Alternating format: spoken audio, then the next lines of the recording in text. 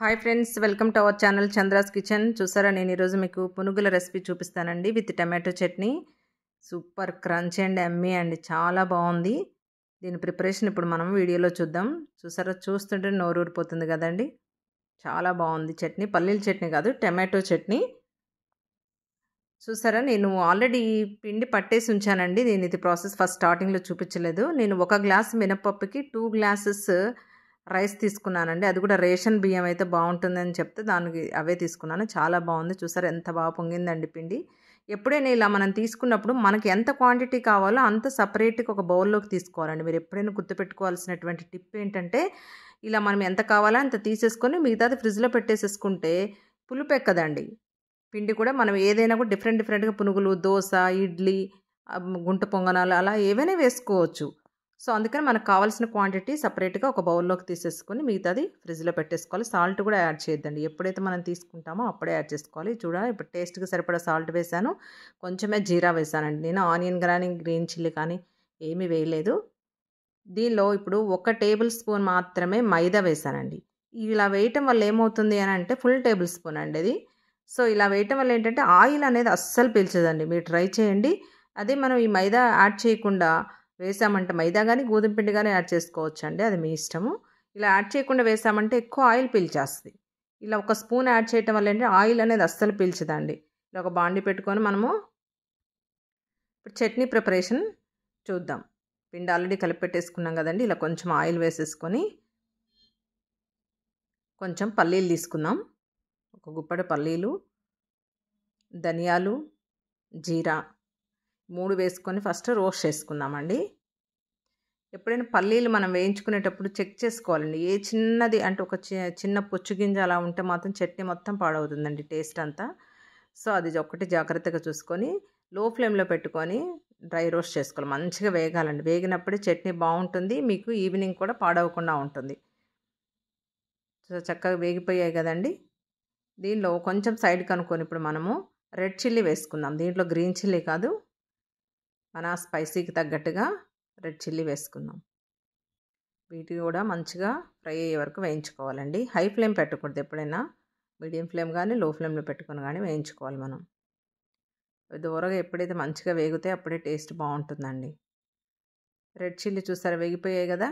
ఇప్పుడు దీనిలో మనము నేను ఒక 4 టమాటోస్ తీసుకున్నానండి. ఇలా కట్ చేసి వేసుకుందాం. దీనిలోనే వేయాలి. దీన్ని సపరేట్ పక్కన పెట్టాల్సిన అవసరం లేదండి, దానిలో వేసుకుంటేనే మగ్గిపోతాయి. ఇప్పుడు అది మొత్తం తిప్పేసేసి మనం మూత పెట్టుకొని ఒక 1 మినిట్ బాయిల్ అవనిద్దాం. అది సాఫ్ట్గా టమాటోస్ సాఫ్ట్గా అయిన తర్వాత చూసారా ఇప్పుడు చక్కగా ఉడికిపోయింది కదా. దీనిలో మనం ఒక చిటికెడు పసుపు వేసుకుందామండి. పసుపు వేసుకొని మిక్స్ చేసుకొని 1 నిమిషం మూత పెట్టేసేసుకొని వాటర్ అంతా ఇంకిపోయే వరకు బాయిల్ చేసుకుందాం. టమాటో కూడా మొత్తం సాఫ్ట్గా బాయిల్ అవ్వాలి.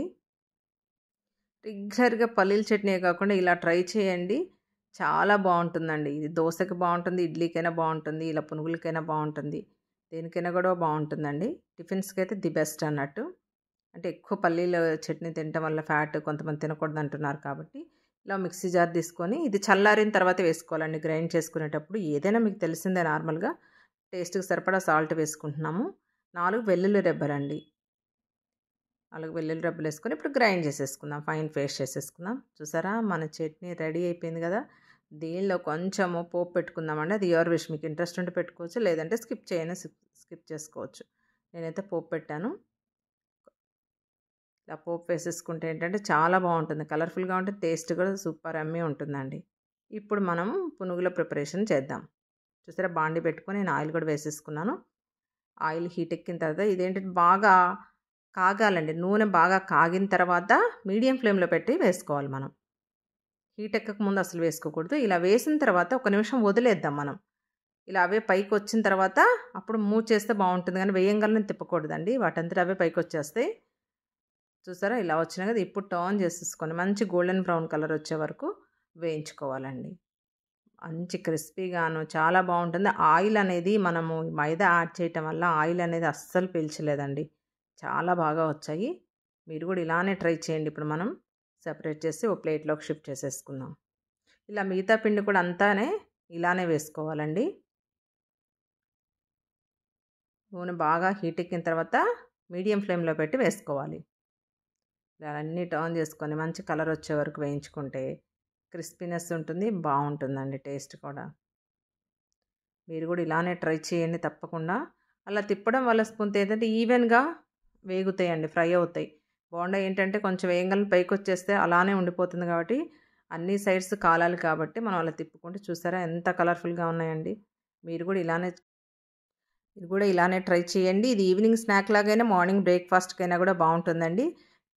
ఈ చట్నీతో టేస్ట్ అదిరిపోతుందండి. ఈ సమ్మర్లో పిల్లలు ఉంటారు కదండి, చూసారా మనం ఇలా క్రంచీగా మంచి సౌండ్ తోటి సూపర్ యమ్మీ అండి. మీరు కూడా ఇలానే ట్రై చేయండి, పిల్లల్ని చాలా బాగా ఎంజాయ్ చేస్తారు. Thank you friends, thank you for watching my channel. Please like, share, subscribe.